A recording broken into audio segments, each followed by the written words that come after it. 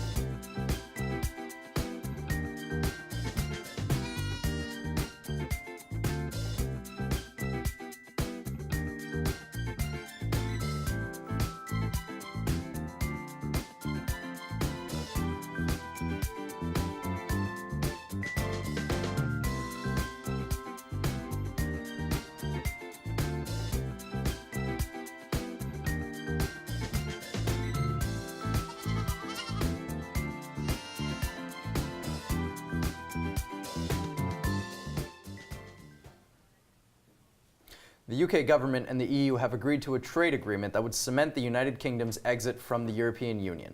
Talking Points analyst Michael Furnari will tell us more. On Sunday, EU leaders endorsed an agreement for Britain's exit from the European Union. The deal, negotiated with UK Prime Minister Theresa May, outlines the economic future between the UK and the EU.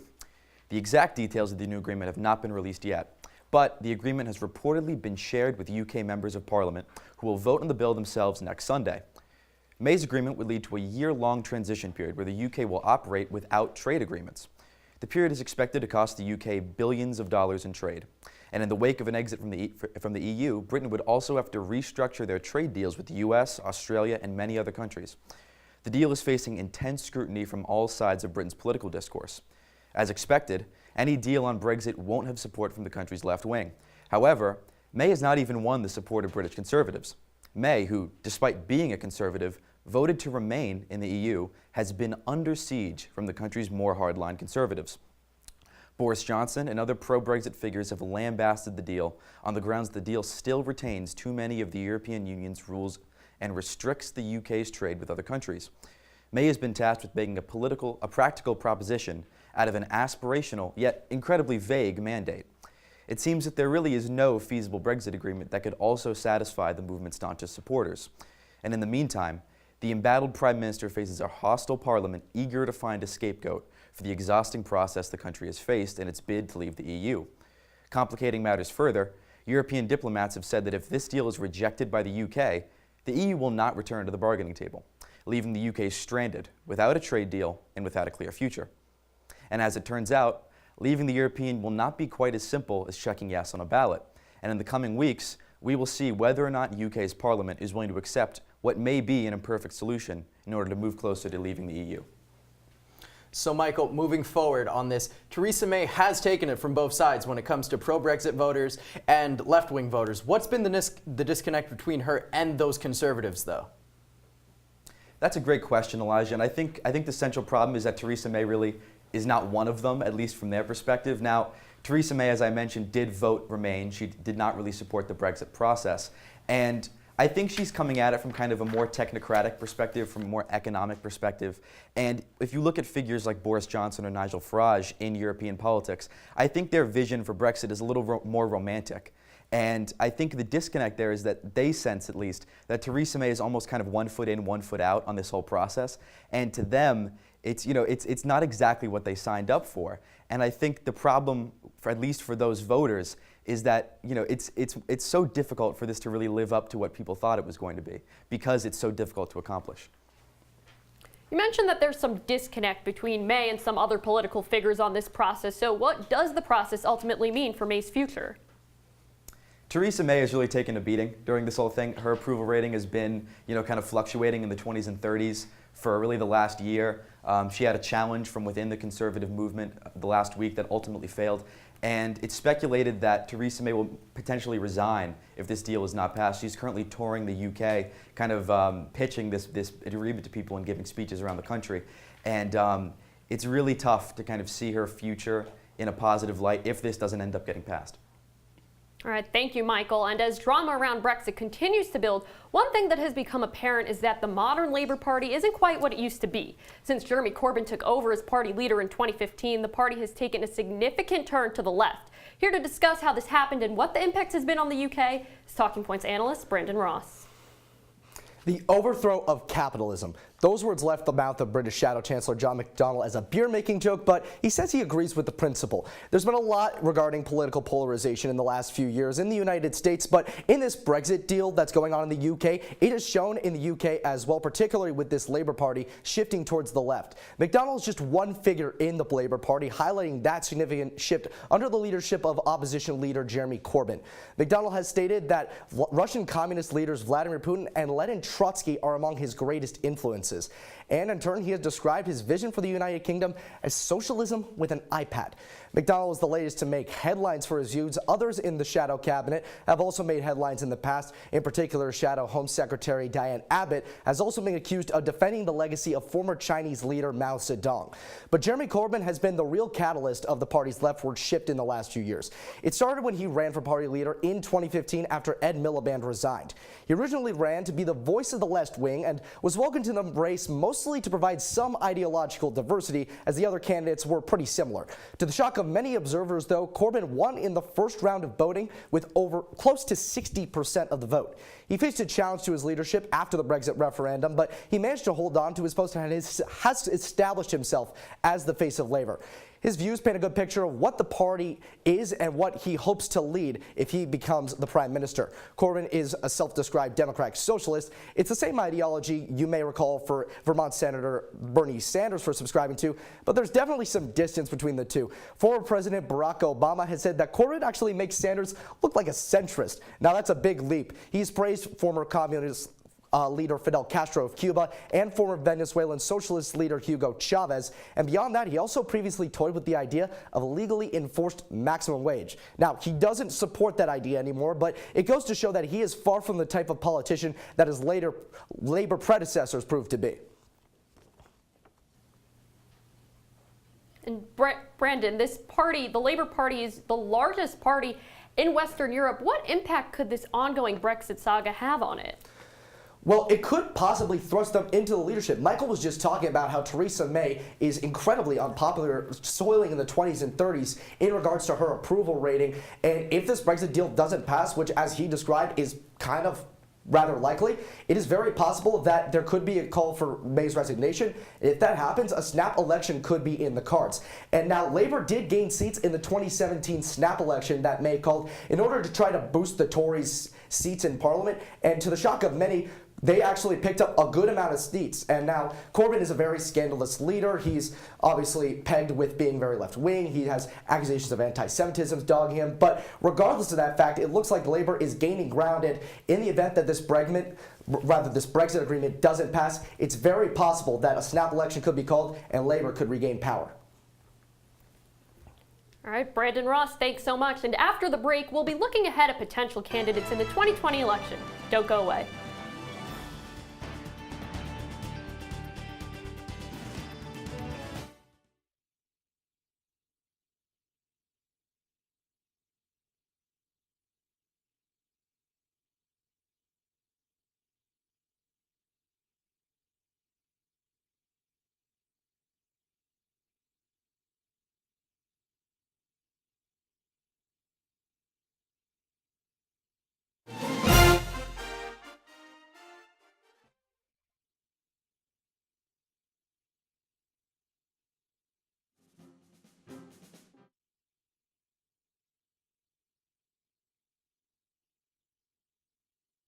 They call me Maxie, but I prefer tripod. I was your above-average four-legged homie, and then wham, bam, minivan. Some people pity me. Now that's lame. I still run, fetch, and swim. And the ladies love me. I'm the ultimate wingman. Just don't ask me to high five.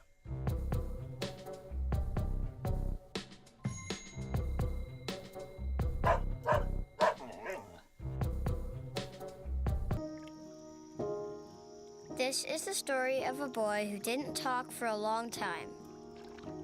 The boy liked things to always be the same. Any changes would scare and upset him. The unknown was an unfriendly place. The boy was very sensitive to lights and sounds. So he built secret hiding places where they couldn't get in. The boy didn't like looking people in the eye. He wasn't trying to be mean, it just made him feel uncomfortable. Sometimes he would flap his arms again and again. One day, I found out I have something called autism. My family got me help. Slowly, I found my voice and learned all the ways I could live with it better. Early intervention can make a lifetime of difference. Learn the signs at autismspeaks.org. Democrats in Congress are accusing President Trump of lying about the CIA's report on its investigation into the killing of Washington Post journalist Jamal Khashoggi. After reading the confidential report last week, Trump says the CIA has not come to a conclusion on the matter, stating, quote, maybe he did or maybe he didn't.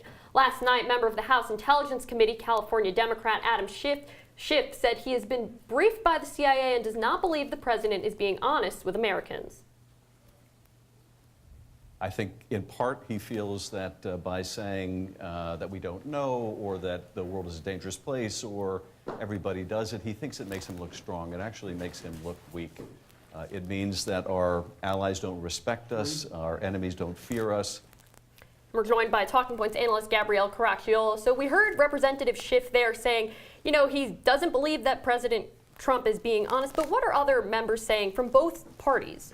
Yeah, so this is just the latest in a string of different Republicans and Democrats kind of agreeing that President Trump is not telling the full story and not completely telling the truth. You have Senator Mike Lee, a Republican, Senator Ben Sasse, another Republican, who are saying that they're contradicting the president's statements on the CIA's investigation, and they're urging the administration to be more truthful with the American people. And then just this afternoon, Senator John Cornyn said that Jim Mattis and Mike Pompeo are going to be briefing the Senate on Wednesday. So while we've only heard from a few senators and representatives from both parties thus far, on Wednesday we can definitely expect to hear from more.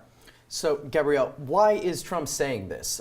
What's his motive for kind of putting this out there and going against the CIA? And do we have any precedent for anything like this in history or the past? So we just heard Representative Schiff saying that he thinks Trump's trying to appear strong. There's this other kind of realist argument that sometimes you need to be friends with the kind of, quote, bad guys in the world if you share common interests. And President Trump is saying that he wants Saudi Arabia to remain a steadfast partner. He has said, quote, they give us a lot of jobs, they give us a lot of business. Then, of course, the critics' response to that is, well, are they giving Americans as a whole a lot of business and a lot of jobs, or just Trump and his own businesses, you know, a lot of help?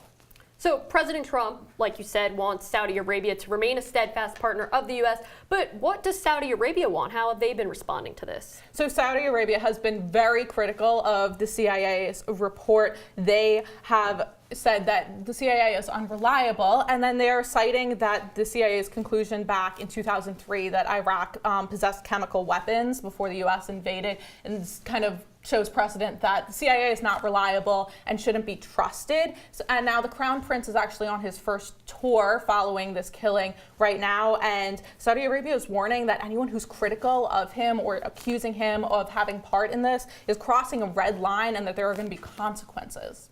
Definitely an interesting international story that is going to keep developing. With the end of the midterm elections, politicians are looking towards their next goal, the 2020 presidential election. Some Democrats who were in the spotlight endorsing midterm candidates or being reelected themselves have signaled a possibility of wanting the bid. Here to discuss which potential candidates might be in the running to challenge President Trump is Talking Points analyst Payton May. So, Payton, who's thrown their hat in the ring so far, and who should we be looking at? All right, so first we have former New York City Mayor Michael Bloomberg. He was a Democrat, then a Republican, then an independent, and now he's gone back to being a Democrat. He spent $100 million trying to flip the House, so he's got a lot of buzz around him, and he said it's a possibility that he would run. Now next we have Senator Sherrod Brown. He said he's seriously looking at it. He just won re-election in Ohio for his Senate seat, and obviously Ohio is a huge coveted state for presidential elections, and he's very focused on the rights of workers, so I think if he would run, that would be mostly what he would be revolving his platform around.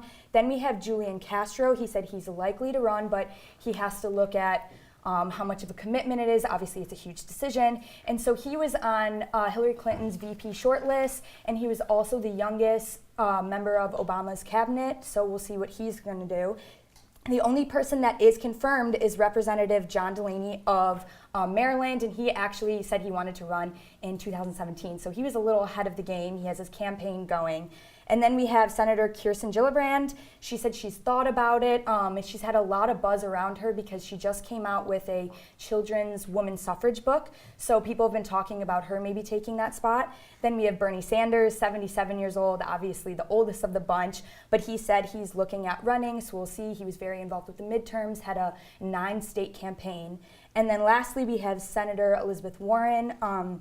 She said she'd take a hard look at it, and actually President Trump says that he hopes that she'll run because he thinks that she'll be easy to beat. So we'll see. So what you're saying is it's a wide open ring for the Democratic ticket, but going to the Republicans, Trump wants Elizabeth Warren to run, but he doesn't want a primary challenge. Is he going to see any serious challengers though in the future? So the only person that said that he's seriously considering it is John Kasich. He's run twice before in 2000 and 2016, has been defeated twice, so we'll see if he goes for third time's a charm. But he's term limited out of Ohio governor, but again, from Ohio, the coveted state. So we'll see. He's very against the Trump administration, so I think if he ran as a Republican, he would try to make it a completely different Republican platform. So we'll see if he ends up doing that. He's talked to family and friends about it, seems very interested.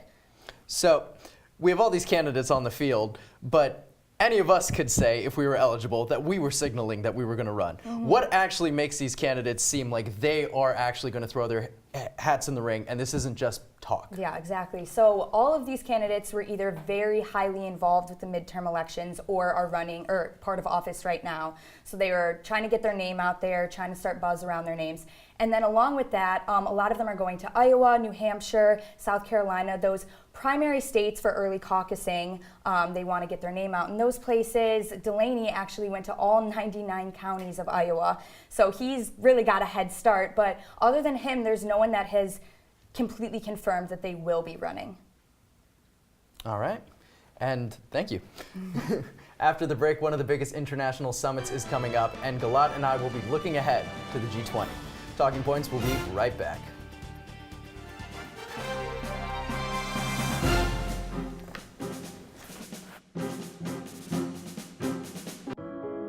Taking care of a family member can lead to plenty of questions.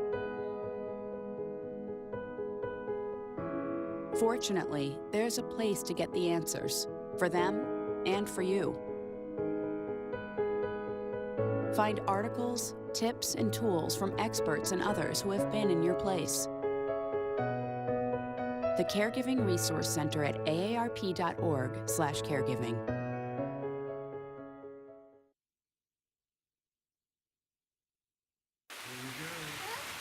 Here we go.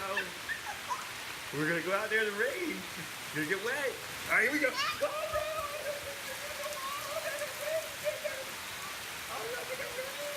okay, quick.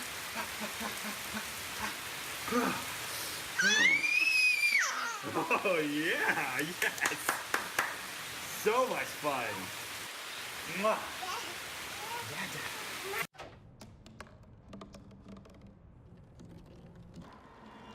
Everybody has a dream.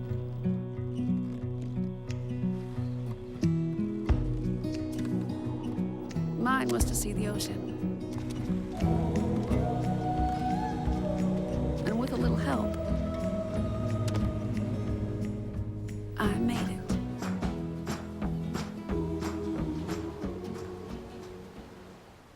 World leaders will meet in Buenos Aires, Argentina this week for the 13th annual G20 Summit. The world's leading economies are expected to discuss climate change and global trade during the two-day meeting. And issues from last year's summit might resurface. The G20 promised to confront global poverty and income inequality in 2017. So far, they haven't made much progress towards meeting last year's goals. And while the U.S.-China trade war isn't on the G20's official agenda, the economic tensions between the two countries might come to a head at the summit. President Trump will meet Chinese Premier Xi Jinping. This meeting could resolve or intensify the ongoing trade war between the U.S. and China.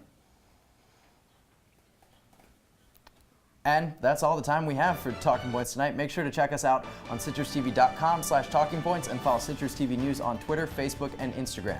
I'm Elijah Shama. And I'm Gilat Melamed. Remember to tune in next week for our last show of the fall season. Have a good night, Syracuse.